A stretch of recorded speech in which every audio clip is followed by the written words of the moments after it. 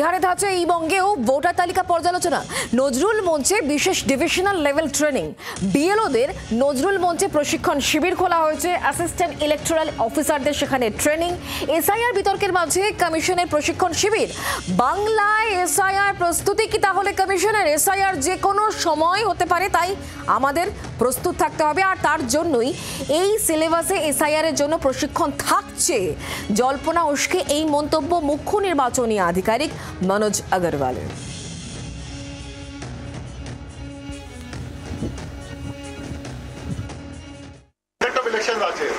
ওটা তো হবে 6-8 মাস পরে। আমরা পরে পরে তো এসব ট্রেনিং করতে পারবো না। এটা তো পার্ট টাইম কাজ করছে, বিএলও তো ফুল টাইম কাজ করছে না। এখানে ওদের পরে পরে ট্রেনিং আমরা ডাকতে পারবো না। ট্রেনিং এটা খাটিয়া হয়, সব হয়। আমরা গোটা সিলেবাস এইবারই করাবো না, যেটা আছে এসআইআর পার্টটা ওইবারই করি। এসআইআর যে আছে প্রত্যেক জিনিস আমরা টাচ করছি।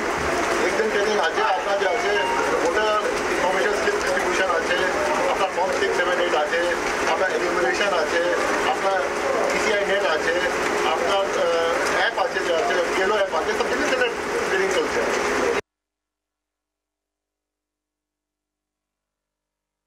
আজকে মূলত যে ট্রেনিংটা বিএলওদের আপনার বুথ লেভেল অফিসার, যেটা তো ভোটার লিস্টের 18+ ভোটার যারা নতুন নাম তুলবে বা কিছু ডিলিশনের ব্যাপার থাকে, ইন্টেন্সিভ স্ক্রুটিনি যেটা, সেইটা হবে মূলত। যে এই ইন্টেন্সিভ স্ক্রুটিনি সেটা নিয়ে কি? হ্যাঁ, ওটার ওপরেই ট্রেনিংটা আজকে আমাদের দেওয়া হবে। এটা ভোটার আইডেন্টিটি কার্ডের যেগুলো সংশোধন, যেগুলো বিয়োজন হবে, সেই সব বিষয় নিয়ে। মানে এই ধরনের ট্রেনিং কি এর আগের বিগত নির্বাচনগুলিতে হয়েছে? হ্যাঁ, হয়েছে। যেহেতু আমরা নতুন আছি, তাদেরটা আমরা তো এটা নিয়ে অতটা জানি না বিষয়টা নিয়ে, সেই জন্য নতুন বিএলও যারা অ্যাপয়েন্টমেন্ট পেয়েছেন তাদেরকে নিয়েই ট্রেনিংটা হচ্ছে। স্পেশাল যেটা এসআইআর রয়েছে, সেই এসআইআর এর কোনো বিষয় রয়েছে আপনারা জানেন? হ্যাঁ, যতদূর জানতে পারছি সেটার বিষয়টা থাকবে, তবে আমরা এখন তো ট্রেনিংটা কমপ্লিট করিনি, তাই সেই জন্য জানতে পারছি না এখনো কতদূর কী হবে। নজরুল মঞ্চে নির্বাচন কমিশনের বিশেষ ডিভিশন লেভেলের বৈঠক, যেখানে উপস্থিত রয়েছেন মূলত প্রেসিডেন্সি ডিভিশনের যে 4টি জেলা রয়েছে, হাওড়া, নদিয়া, উত্তর 24 পরগনা এবং দক্ষিণ 24 পরগনার সমস্ত বুথ লেভেল অফিসাররা এবং তার সঙ্গে সঙ্গে যারা সুপারভাইজার এবং AERও তারাও উপস্থিত রয়েছেন। সিওর বক্তব্য যে এই যে বৈঠক, সেই বৈঠকে কিন্তু সমস্ত রকমের প্রস্তুতি রাখা হচ্ছে, অর্থাৎ এসআইআর নিয়েও সমস্ত প্রস্তুতি রাখা হচ্ছে। সিওর বক্তব্যে কিন্তু অত্যন্ত গুরুত্বপূর্ণভাবে উঠে আসছে যে এই ধরনের ডিভিশন লেভেল বৈঠক এর আগে কখনো হয়নি। এই প্রথম কিন্তু এই ধরনের ডিভিশন লেভেল বৈঠক হয়েছে। মূলত এর আগে দেখা গিয়েছিল যে জেলা ভিত্তিক বৈঠক হতে, সাব ডিভিশনাল লেভেল বৈঠক হতে বা ব্লক লেভেলে বৈঠক হতে, কিন্তু এবার সরাসরি ডিভিশন লেভেলে বৈঠক হচ্ছে একেবারে জাতীয় নির্বাচন কমিশনের নির্দেশে। তার সঙ্গে সঙ্গে নির্বাচনের অনেক আগে থেকে এই ধরনের বৈঠক কিন্তু কার্যত জল্পনা উস্কে দিচ্ছে যে তাহলে কি এবার এরাজ্যেও এসআইআর আসন্ন। জি 24 ঘন্টার জন্য ক্যামেরায় রঞ্জিতের সঙ্গে বিক্রম দাস, কলকাতা। এই জায়গা থেকে প্রশ্ন উঠছে, তাহলে কি বিহারের ধাঁচে এই বাংলাতেও এসআইআর হবে? আর এই বিতর্কের মধ্যে বিজেপি নেতা সজল ঘোষ, তার বক্তব্য শোনাবো।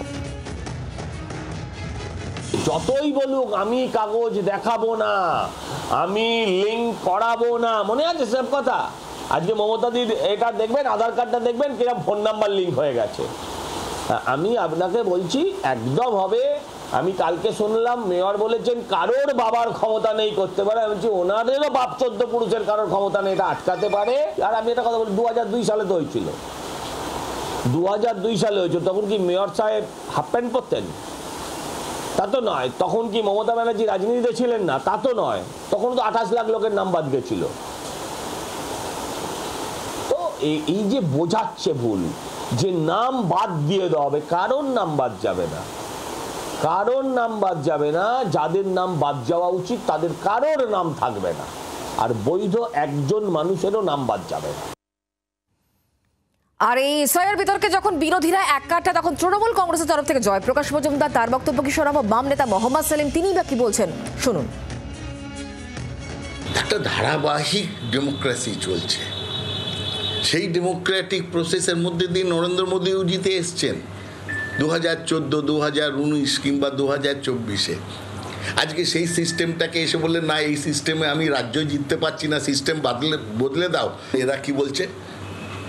আধার আমাদের কাছে কোনো গুরুত্বই নেই, শিব ঠাকুরের আপন দেশে আইন কানুন সর্বনেশে, নতুন নিয়ম মোদি বলেছেন। নাম বাদ দিতে হবে, ইলেকশন জিততে গেলে বিহারে 70 লক্ষ নাম বাদ দিতে হবে, মহারাষ্ট্রে 40 লক্ষ নাম বাদ দিয়েছিলাম, বিজেপি জিতেছে, এখানে 70 লক্ষ। এক একটা কনস্টিটিউয়েন্সিতে 20,000 করে বেছে বেছে দিয়েছে বিজেপিরই অ্যাপয়েন্টেড এজেন্সি ABM। সেইটা ইলেকশন কমিশন নিয়ে সেই সব নাম বাদ দেবো আমি।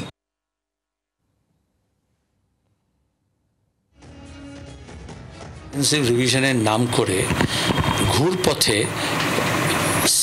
এনআরসি করার চেষ্টা করা হচ্ছে। এটা নিয়ে কোর্টে যাওয়া হয়েছে, এটা নিয়ে ইন্ডিয়া ব্লক রাস্তায় নেমেছে, এখন বলছে পশ্চিমবঙ্গে করবে।